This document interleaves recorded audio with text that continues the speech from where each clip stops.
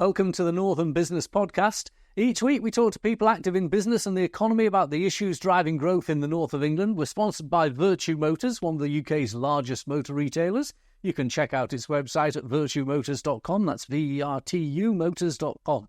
I'm Graham Robb. I own Recognition PR, and we help scores of businesses promote their products and services. Some are featured on this podcast. Don't miss an episode. Subscribe on YouTube or wherever you get your podcasts. Now, both our guests down the line today, we've got Fhaheen Khan. Fhaheen Khan is the senior economist at Make UK, and also Patrick James Glennon, who's the owner and senior mortgage advisor at Patrick James Solutions. Now, before we go into our guests down the line, I want to go to my colleague Jamie. He's been speaking with someone in manufacturing, Gary Russell, General Manager at Supply Technologies. Thanks, Graham. I'm joined by Gary Russell from Supply Technologies to talk about growth in manufacturing on the back of recent statistics that said the production has grown at the quickest rate since April 2022. So, Gary, before we start, just tell us very quickly, what is it that Supply Technologies does in manufacturing?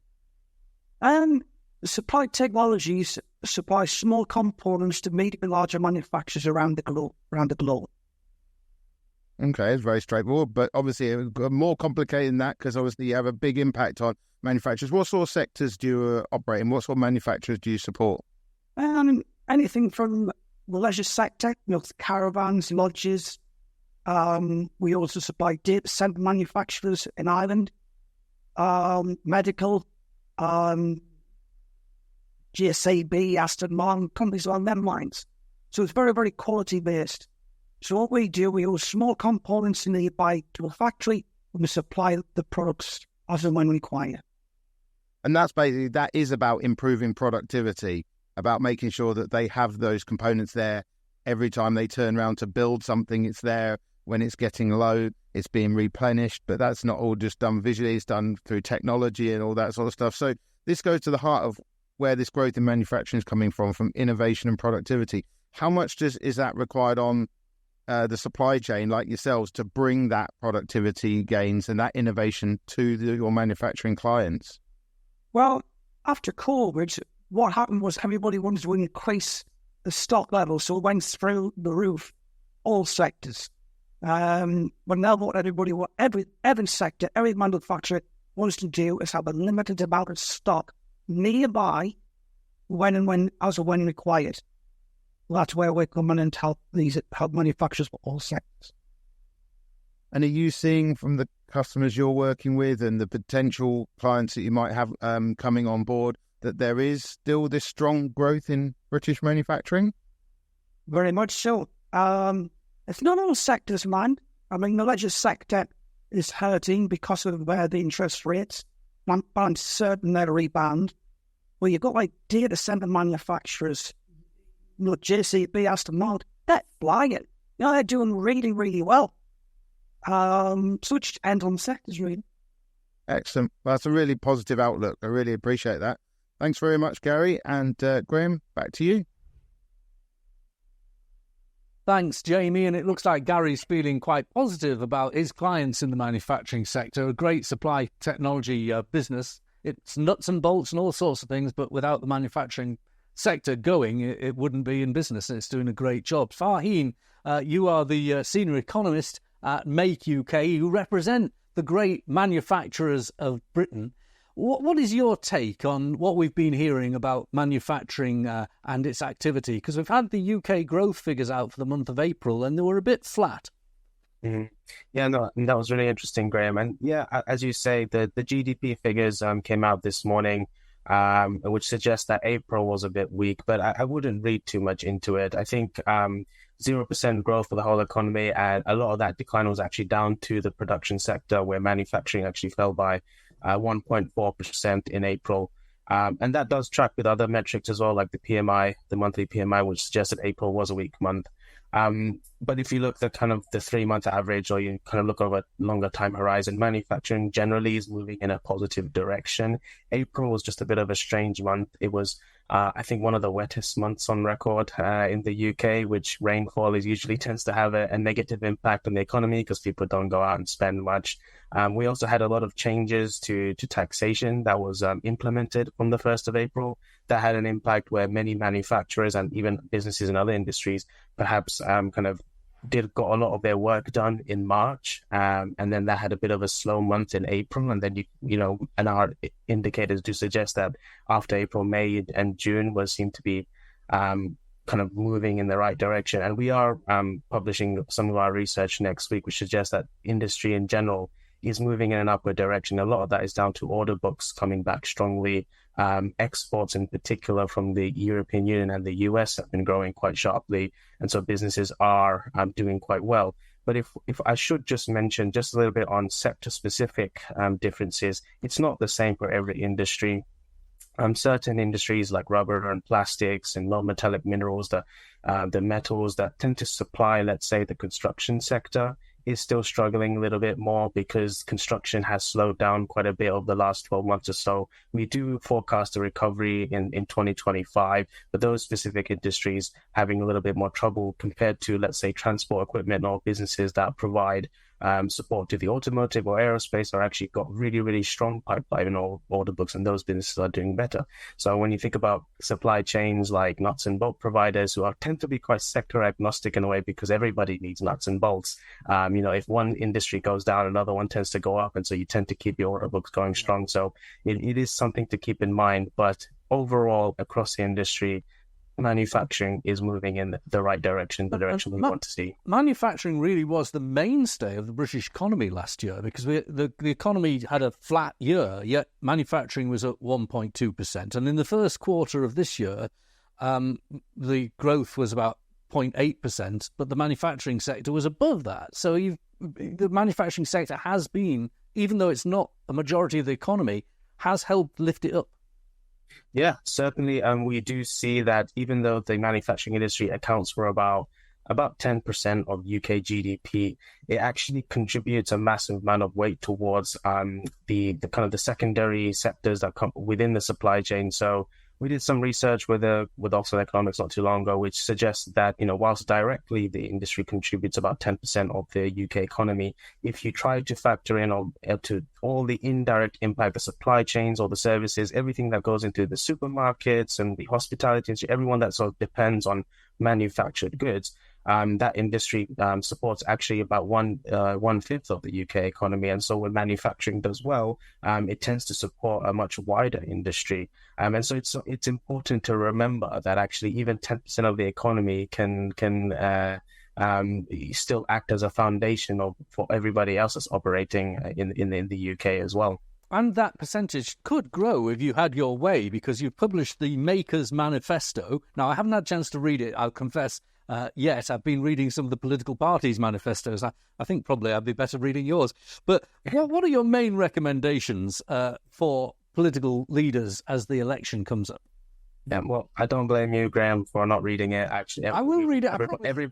Everybody's got a manifesto coming out these days, but we have about maybe 10 priorities. But I think the number one priority that we want as a focus from the next government, I mean, we're only a few weeks away from the election, is the implementation of a long-term, robust industrial strategy. And our own surveys show, if you look back historically, when there is economic stability, when there is political stability, manufacturers generally tend to do better, and they tend to be better at predicting their own performance and being better at managing volatility and any economic shocks, as long as there is domestic certainty that the government in power is committed to supporting that industry, whatever may come. At the moment, we are the only nation amongst in the Western world, amongst our own competitors, that is absent of a long-term industrial strategy. The US is obviously doing quite a lot to support. I mean, they're going quite hard on green and clean technologies, and the European Union also is looking a lot more at hydrogen. And despite not necessarily taking any action yet, the messaging that they have put forward is that, we are committed to these industries. And at the moment, I think the UK is just lacking that commitment. And of course, we can dive into what should be in an industrial strategy after, but it needs to start with that messaging first. And then we would look at things like net zero, we would look at skills, investment, the access to finance, And these are the kind of the pillars that should be forming the foundations of what an industrial strategy should focus on. I mean, I'm not going to go through all 10 priorities today, but if there was one that we would focus on, it would be the industrial strategy. Okay. Now, as part of an industrial strategy, do the politicians need to think about our sovereign capacity? Now,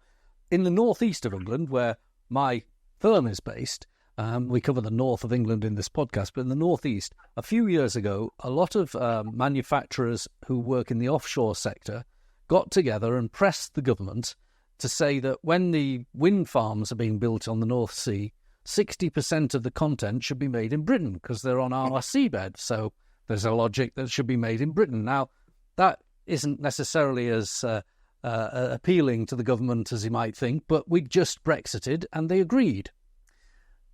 Do you think that that's right, that the government should use its own purchasing power and its own ability to direct on local content to maintain our sovereign capacity, particularly in things like energy and defence?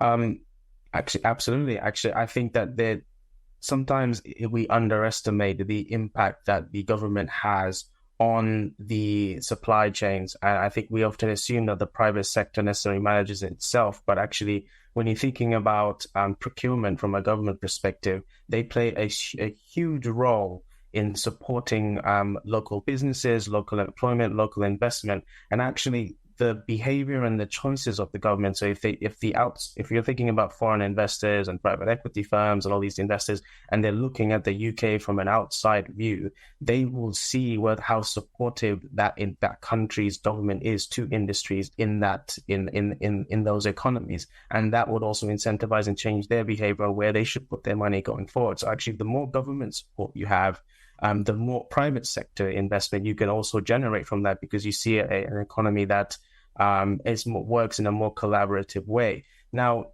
the challenge is the government can't invest in everything, and we can't necessarily be the UK cannot just choose to be the leading number one nation in every type of technology that's available. And we have an ambition to be number one in AI. We've always had a long history of being quite good at the financial technologies, and we are a leader in designing wearable technologies, but we haven't been so good at producing them in the UK. And actually, that's a bit of a misstep from government. But we do need to decide, okay, I think there's a bit of a stigma between choosing winners and losers, because often when you look at government support, there's always this fear like, why would you choose certain sectors and not other ones? But if you look at what other countries are doing, they're by all means choosing winners and going all steams ahead on sectors that they believe are going to be the sectors of the future. The US have decided that's it. It's electric vehicles, it's renewables, it's offshore technologies. We're just going to go all in on this and become the number one in the world in this particular area.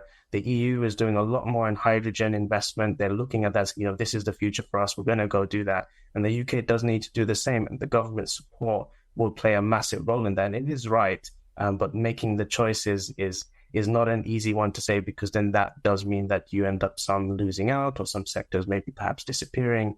And it's not easy to protect all of them. So that's a challenge that the next government will have to come to terms with. But I think it's a necessary one if we're going to compete on a world stage. Now, it's very important to invest in manufacturing. And I literally mean you can't have future-proof manufacturing without the investment. I was talking at the Make UK conference to companies that were investing in things like robotic solutions. And we had a robot manufacturer on this program last week. But these are expensive things to invest in. And you need to give investors the incentive to invest. Maybe it's tax incentives. Maybe you don't increase capital gains tax. There's policy decisions on the way the treatment of investment is taxed. Mm-hmm. Tax is a very interesting one. I think, when the Conservatives introduced permanent full expensing capital allowances, it was a really, really positive move. And we do see that going on to generating more investment in new technologies, in robotics.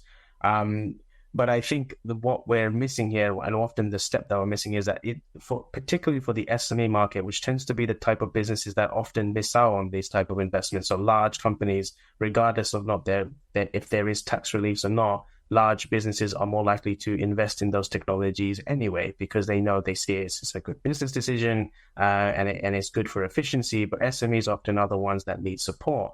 But there is a challenge around access to finance. I mean, tax reliefs can change your balance sheet over the next 12 months. But if you need the money now, often manufacturers need to apply for a loan, or they need to get access to finance. And many large lenders, for example, have pulled out of the SME market, and they don't necessarily support smaller businesses. Instead, they've decided to support secondary lenders. So lending to smaller banks who then lend out to SMEs, usually at a higher interest rate. And so they're already disadvantaged in this particular market. And so capital allowances and tax reliefs can help you, but you don't get that until 12 months later, when you do all your tax returns and you fill those forms, and your accountants do the number crunching, and then you claim to HMRC that I need that money back because I spent 50 grand on this robot 6 months ago. But if you need the money now, often finance has to play a role in it first. And finance can play a role in, working with tax relief. So if the bank can know that you will receive a tax relief, and that actually might generate a better return on investment for both the lender and the business. But I think there is a mismatch in understanding and relationships. And we need to do more. Certainly, tax reliefs should continue to be looked at. And we believe that there should be expansions to leasing, for example, because full expensing capital allowances doesn't include leasing. We also think it should be expanded to second-hand machinery, not necessarily old machinery, but upcycled, refurbished technologies that can work almost as good as brand new.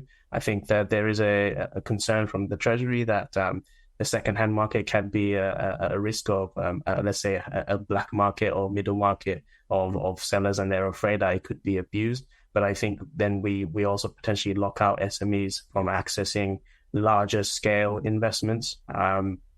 And then there's also particularly software, which many people don't know. You can actually use capital allowances on software, but it's a very specific definition that you have to meet. Where if you buy a license for a certain number of years, it's almost like you own the software like it was a machine. Then you can claim tax relief on it. But many businesses don't understand how to make use of that. Many accountants don't actually know how to make that work. And I think that just needs to be cleared out or make it more accessible, because software and digital technologies, when you think about robotics, how much of it is machine, how much of it is software, it is a bit of a mix. And so we need to keep that in mind. So it's an utterly fascinating answer. It goes into exactly the issue that we had with our robotics manufacturer on the programme last week. And he'd cracked his market by leasing his machines, not causing people to pay up front.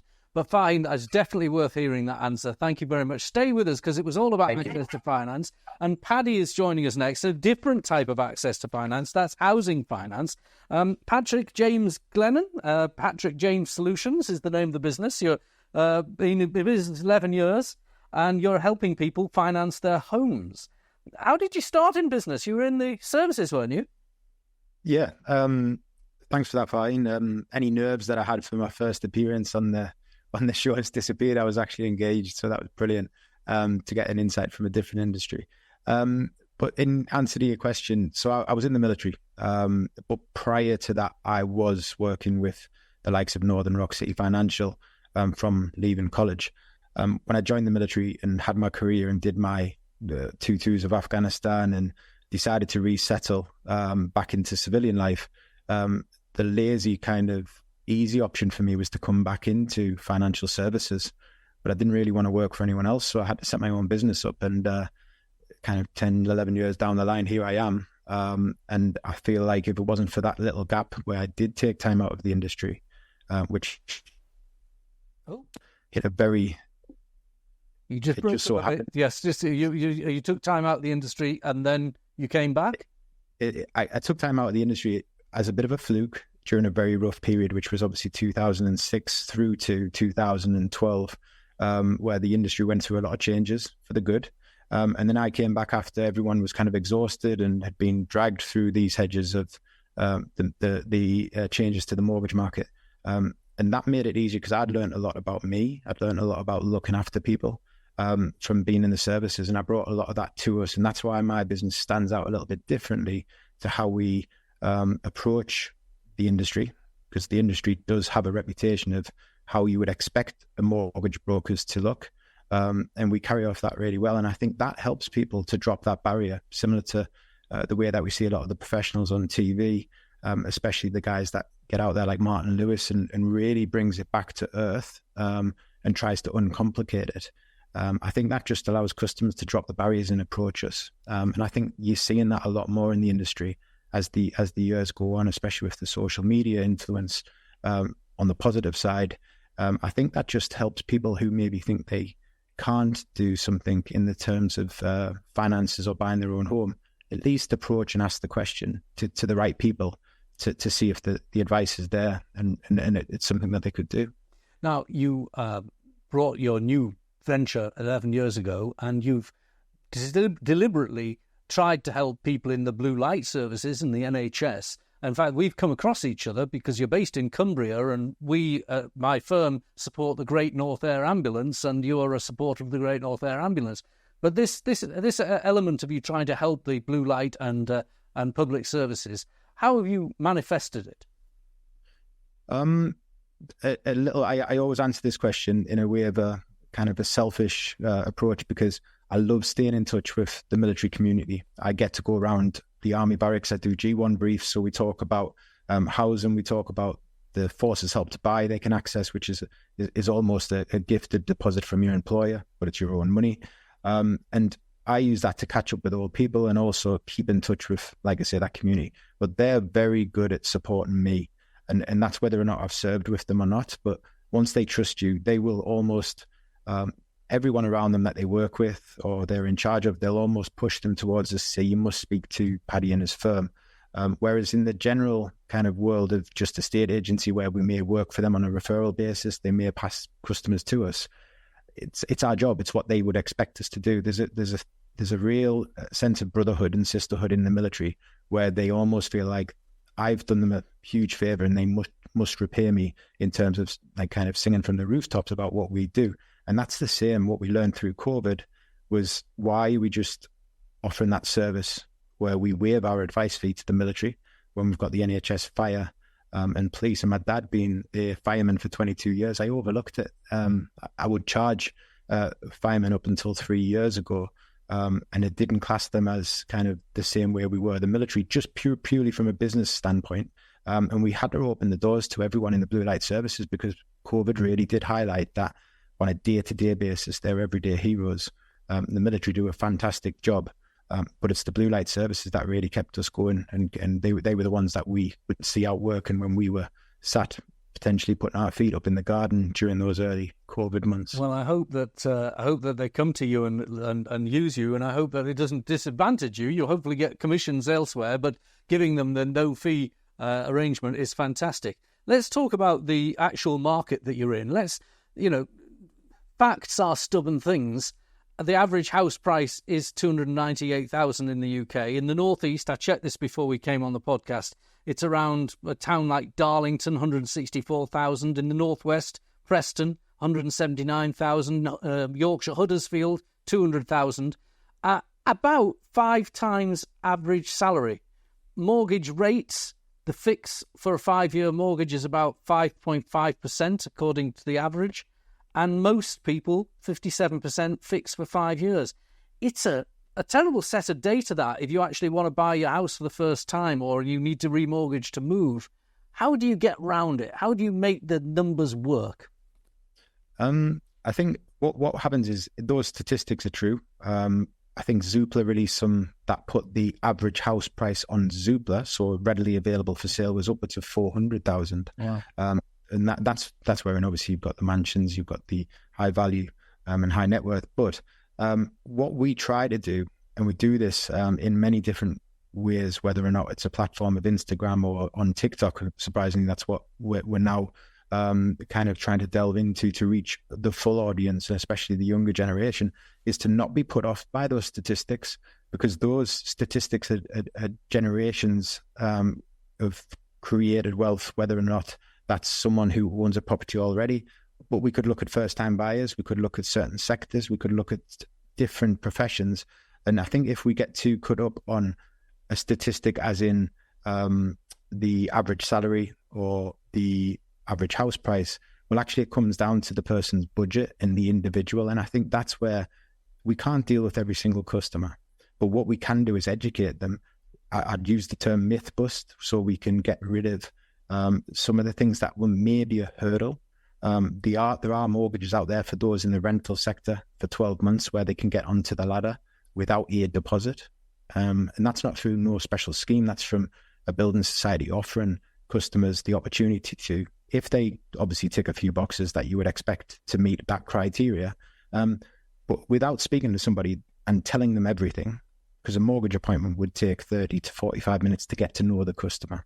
And that's know their facts. Once we've got those, that average house price goes out the window, because that's something that they've seen maybe in the media that has put them off, because they have just presumed that either that statistic means they haven't got a chance, that the generation they're within doesn't stand a chance to get on the property ladder. Well, actually, they may be looking for something well within the budget, and that might be just something that they need to see and explore. And if all we do is speak to somebody and explain to them, actually, you're right, that isn't right for you now, and it doesn't match your budget, then that's brilliant. We're not taking a customer on, but we've helped them, and they've actually came to someone that knows what they're doing.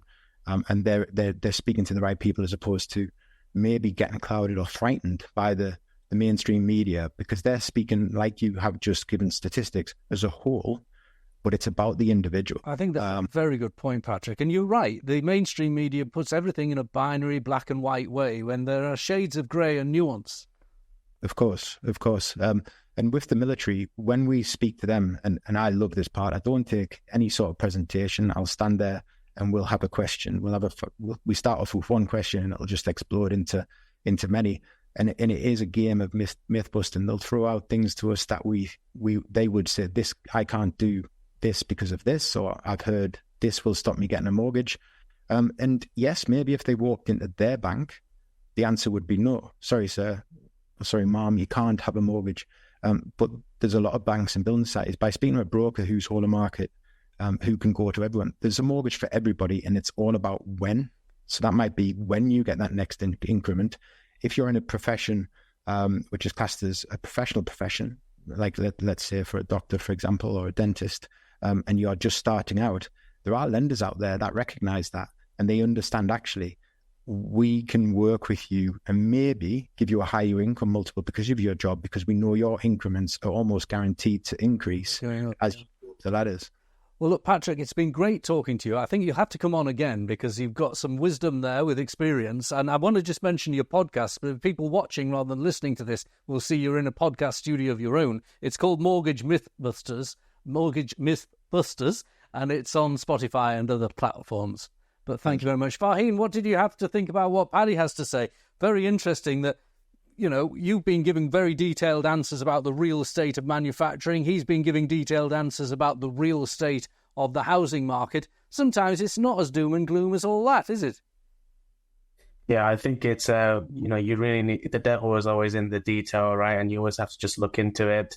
I just bought my first property only just about 12 months ago now, actually. And I remember how frightening it was. So I know Paddy's advice was actually quite interesting for me as well, because I remember looking at it and, it was about my own personal circumstances, and, nobody is really equal to the average person. So that's always good to remember that. Well, Fhaheen and Paddy, thank you very much for joining us on the Northern Business Podcast. If you want to be a guest, do get in touch. Best to get in touch via LinkedIn, Graham Robb, or Harry Sinclair, who is my producer. I want to thank him, and our technical operator, Robin Campbell, and Josh Havikin. Josh Havikin's been helping behind the scenes as well. That's it for today. Catch us another time, and do subscribe on YouTube or wherever you get your podcasts.